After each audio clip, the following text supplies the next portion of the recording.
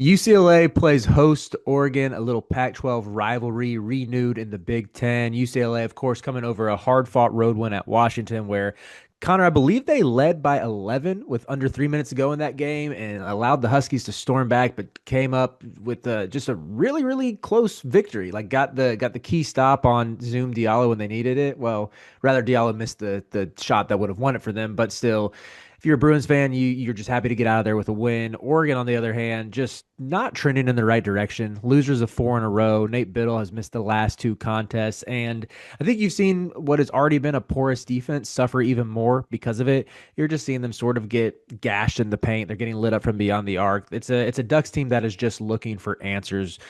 Not going to get a lot easier going to play a UCLA team that we know can muck things up defensively, and I think has both the guard play and the front court players to give the Ducks some fits, especially if Biddle's out again. Now I know Altman said he's hopeful that they will have him back for this game, so it remains to be seen how that plays out. But looking at this one, Connor, you're our West Coast expert. What are the big storylines that you're watching out for?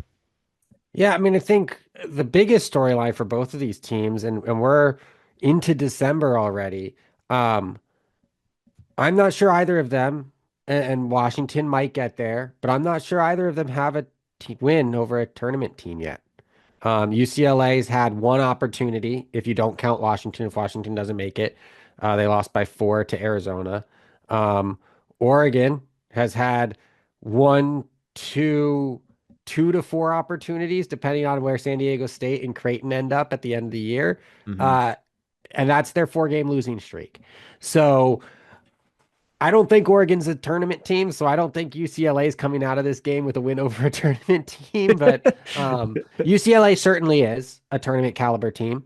They've proven it. They've stumbled. They had the loss to Cal in what was kind of low key a really good game. Mm-hmm. Um, but I think Donovan Dent for UCLA is starting to get into the swing of things in a way that we haven't quite seen Jackson Shelstad do Mm-hmm. consistently enough yet this season. Uh, and you mentioned Biddle, that's big, right? Because Waylon has been used a lot when he's been on the floor. He hasn't been on the floor that much, and Mm-hmm. behind him it's Kwame Evans and a lot of question marks Mm-hmm. at the 5. I guess behind Kwame Evans, if Nate Biddle's out, is Wei Lin, and a lot of question marks.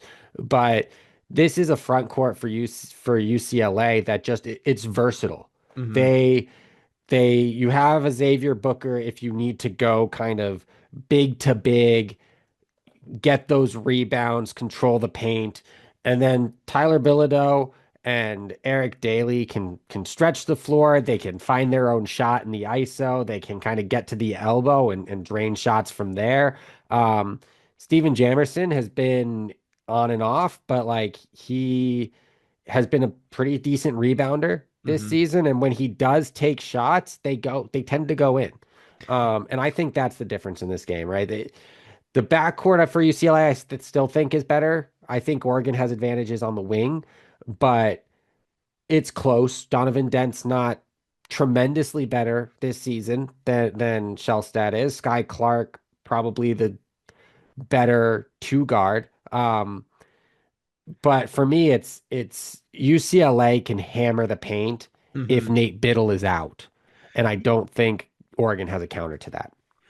I think even when Biddle has been in there, they like Biddle himself. I think you see the talent where like he's really turned himself into a nice rim protector in the past 2 to 3 seasons, and it's cool to see his progression from coming in as like this lanky 5-star kid who was much more about potential than he was production. But like I go back to that San Diego State game where they just got annihilated at the players era. They allowed San Diego State to shoot 80% from inside the arc. Like they got gashed from like two basically. Is that the right terminology? I don't know why I'm slipping. They got gashed inside the paint. Let's put it that way. Gave up 80. Let the Aztecs shoot 80% inside the arc, and it's hard for me to completely separate Biddle from that. And since he's been absent, you look at some of the players that have had big games. It's been big wings and big men. Like Owen Freeman has been a non-factor for Creighton this year. The dude is playing fewer than 20 minutes per game after being this like this highly touted portal upgrade at the 5 spot, or at least a very suitable calc replacement. And he had a season high 14 points against Oregon in the paint. Blake Harper went off against them. And that San Diego State game, you had a big wing and Reese Waters go off against them. They're just getting gashed in so many different ways. And I mean, you mentioned it with this versatile UCLA front court. Jamerson, I think, has been very serviceable off the bench to where they can beat you in a variety of ways. Xavier Booker seems to have found some life under Mick Cronin that Izzo, it's crazy that I don't know if anyone is coaching better in the sport right now than Tom Izzo, and yet Mick Cronin seems to have gotten something out of Xavier Booker that Izzo couldn't. But then Bilodeau to me is the star. You know, he missed 2 games, came back from I believe was an injury. I don't know what he hurt, but against Washington exploded for 21 points. Only made 1 3 in that one too, and I think he is just so much tougher around the basket than you would think by looking at him. Like you see someone, he's like a 6'9" sort of hybrid forward. Is he a 4? Is he a 5? Just a tweener. Oh, this dude's got to make his money knocking down threes. No, not really. Like he's really physical around the basket and can just punish you and can extend out to the mid range as well. And yeah, to me, he's the one who probably causes this Oregon team the most amount of fits given how they've played recently against front court players. Yeah, and that's Oregon's defense, which I think at the end of the year is going to be the weaker unit for this Mhm. Oregon team. Um, Without Nate Biddle on the floor, who shoots 55% from two and 35% from three, Oregon has one player in Kwame Evans who shoots greater than 50% from the 2-point range, Yeah. and one player in Takai Simpkins who shoots greater than 30% on like a volume, right? Desric Lindsay is 3 of 9, but he's We're the not only counting Desric. consistent contributor Simpkins is that shoots over 30% from three on this roster right now. Like their shooting efficiency, and I think a lot of it has to do with ball movement, but I just think a lot of it is outside of Shelstad and Biddle and Kwame Evans, they aren't getting consistent production. Simpkins has been a light, I think, Mhm. in some of these games, but they haven't gotten consistent production from anybody. Yeah. Even the stars haven't been consistently productive, but like you trust that they'll get there. I just don't know if, maybe Devin Pryor needs more minutes. He's looked better than he did at Texas, but like I don't know. I don't know what to make of this Oregon team because I think they got worse from last year. They didn't really make any upgrades positionally, and it hasn't been like Biddle or Shelstad have made significant leaps. Yeah, and I would say, Biddle at this point, this is his 5th year of college. He sort of is what he is. He's going to give you like 13 and 8, block some shots, play good defense, and you live with that. He's going to knock. I mean, you mentioned it, 35% from his three. Like having a big like that who can stretch the floor and protect the rim, super versatile, even if he's not a true superstar. Shellstad to me is the one where it's like eventually you kind of just give up on him making a leap. And I know early his career, he had that propensity for making big shots. He was a clutch shot taker and shot maker. And even this year, he's had a couple nice outings, scored 20 or more points 3 times already, but that's mixed in with the quiet shooting performances. I mean, that game against Auburn at Players Area, he goes 1 for 11 from beyond the arc. Last 2 games, he's a combined 2 for 12.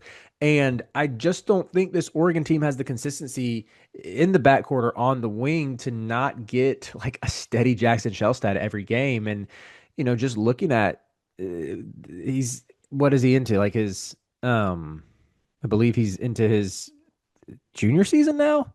Yeah, he's a junior at this point, and you just need that consistency on a night to night basis. You're 3 years. Here's my thing, and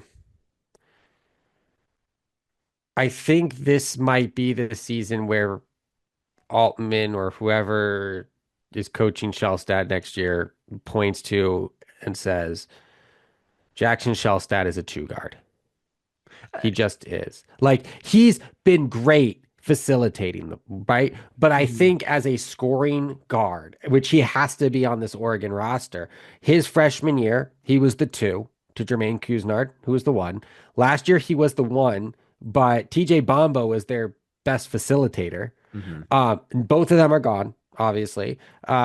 And you don't really you're getting some facilitation out of Kwame Evans, but it all falls on Jackson Shelstad. And I think where some of these great point guards who can take and make shots, but also facilitate, um, have been doing it for a while, right? Like Braden Smith, we know who he is. We know he can score. We know he can facilitate. I think this is the first season in his third year where Jackson Shelstad has really had the onus to be the floor general, Hmm. and it's his worst shooting season of his career.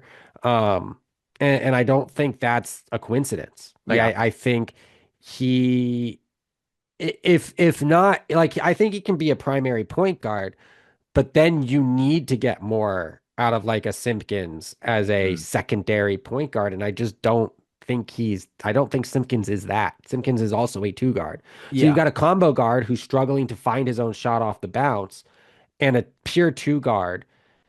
And then like you're relying on a 6'10" 4 to facilitate Hmm. when Shellstad doesn't have the ball in his hands. Yeah, and even to that point where as Shelstad's sort of figuring out who he is in this new role, it's such a difference going from, playing off of someone else like he did his freshman year when we saw that clutch gene come to the surface and the role changing again where it's like you are the only guy. Like Wei Lin, maybe he gets there eventually, but he's just been a non-factor for this Ducks team through 8 games. And I get he joined the team super late, but assuming they gave him a hefty paycheck to come over from the CBA, like they got to get more out of him. And Simpkins, on the other hand, I would say has been a nice surprise. He was someone just, I don't know, like there aren't too many CAA transfers who move up and I think find success. So the fact that he is, I mean, shooting 41% from three right now, an improvement over what he did at Elon last season, I think you live with that.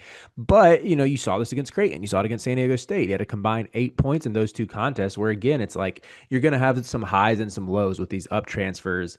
And there's just too much uncertainty around Shelstad for him to not just hit the ground running in terms of finding this new role. Meanwhile, on the other side, you said this already at the top, Connor. Donovan Dent seems like he's starting to adjust a little bit. I thought that game against Washington was probably his best game in a UCLA uniform. You saw him doing it on both ends of the court, finished with 8 assists in that one, had some really clutch steals down the stretch of that. And alongside him, you get an erratic player, but one who can like catch fire and go crazy like he did against Washington with Sky Clark when he went 6 for 7 from beyond the arc. And I think those two together are just they're chaos agents, and I mean Sky Clark sometimes that goes the negative way, but I think both of them can get up in and pressure the Oregon guards, and then when you have like, just multiple bodies and guys with good length, whether it's Eric Daly sliding over to block shots from the weak side, or whether it's Xavier Booker who's posting a career high in block rate, or Jamerson coming off the bench and holding his own, like UCLA is doing a really good job of keeping teams out of the paint. Oregon has really struggled to get to the rim. Like that could be a recipe for disaster, especially if they don't hit shots. Then you factor in just the home crowd advantage for the Bruins. And I mean, I see a world where this gets out of hand quickly. And now, granted, it could go like it does against Washington, where UCLA is up 15 and all of a sudden Oregon hits a couple threes and they get lackadaisical and they're back in it. But to me, this feels like one where, shortly after halftime, you're feeling pretty good if you're a UCLA fan and can watch the majority of the second period stress free.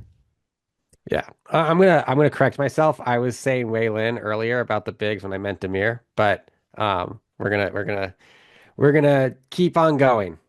Just want to address all the angry comments in the comment section before they make those comments. Um, They've already made them. It's okay. Just they've keep already rolling. made Keep them. keep They've already rolling. gone there. It's Demir I was talking about being the one who's kind of stepped up the last 3 games, Mhm. earned some more minutes based almost exclusively on his rebounding. Mhm. Yeah, I agree with you on that. I think this is like I don't think UCLA needs a get right game, and I don't necessarily think that Oregon is a team that you're looking at going like, oh, this is going to prove that UCLA is a Mhm. contender in any stretch. I think that game's coming up follow a week after this game against Gonzaga. But I do think if you can come out of the Washington Oregon stretch, one on the road, one at home, with a 2-0 record. And then you're looking at Iowa, Wisconsin, Maryland, Penn State, Ohio State to start Big Ten play in the new year. Like you could be heading into that home game against Purdue with 1 or 0 losses. Hmm. It's not easy, right? A road game against Iowa, followed by a road game against Wisconsin. Um, and I think Ohio State's on the road. Also, like those aren't going to be easy games. I think UCLA is the better team in most of those games. Iowa is a question mark, but I think they're the better team against Wisconsin. They're the better team against Ohio State. Um, but to me, they just need to consistently prove that they can beat the talent they should. They Hmm. can beat the teams they should. They can win at Right. home. Right. I think the Cal game, the Cal loss, opened up a lot more questions about that because while Cal has a good record, I don't view them as a team that UCLA should get beat by nearly double digits against. Especially letting Chris Bell, who was like essentially ran out of Syracuse, like a dysfunctional program running out of dysfunctional player, and he goes off for 5 for 7 from beyond the arc to just light you up. Like they allowed the Golden Bears to shoot 50% from three in that game, to where at least you can point to that being like kind of fluky. But yeah, I'm with you. If you can come out of this stretch 2-0, that definitely eases a lot of concerns. And say what you will about Oregon, like playing honestly like buns over the past 2 weeks, there's still that rivalry component. There's still something where if you're a UCLA fan, you want to see your team win here and just begin Big Ten play 2-0. It's a massive advantage as you move toward the softer part of your schedule and you build towards those tougher games. So we'll close this video by making some predictions. Right now, Kim Pom has the line as UCLA favored by 10. I like that. I'm going to say the Bruins get it done and win by 15. What about you, Connor? Yeah, I think this is one of those games where it's gonna be closer because it's going to be slower, not because UCLA is not significantly better right now than Oregon, especially if Oregon's missing Nate Biddle. Um, the only reason I don't necessarily think UCLA pushes it out incredibly fast or even like at the end, it might stay a little bit close, is just because they're not the best free throw shooting team. So if you get into a free throw battle, like they might be going 4-3 against or 3-4 against Oregon, and Oregon might be like slowly chipping at the lead. Hmm. Um, but if Nate Biddle's not playing, I think this is a game where Oregon honestly might not hit 60. UCLA is gonna just ratchet that tempo way. UCLA is going to ratchet that tempo way down. I know Mick Cronin and everyone who's watching them has seen UCLA at times not have the best defense. But the fact of the matter is that outside of the last 2 games, they've held every opponent, I'm pretty sure, under 70 points. Hmm. Eastern Washington, they let up 74. So never mind on that. But that was the first game of the season, and Mick Cronin nearly had an aneurysm on the podium. Um, but give me UCLA like 74 to Oregon 60 or 59 just to keep in line with not hitting 60. So a 15-point win. It's not gonna feel like 15 points because it's gonna be so slow because I think UCLA is gonna control every facet of the game. But at the end of the day, you're gonna look up and go like, oh, Oregon just didn't score. Hmm. I like that you stood on business and went with 59. Well said. Yeah, we'll be locked in for this one. I'm with you. I think UCLA controls this tempo. I think they're starting to figure it out. That defense has looked a lot better to me, even though they still have some lapses here and there, and they got to clean up the turnover issues. But yeah, should be a good one.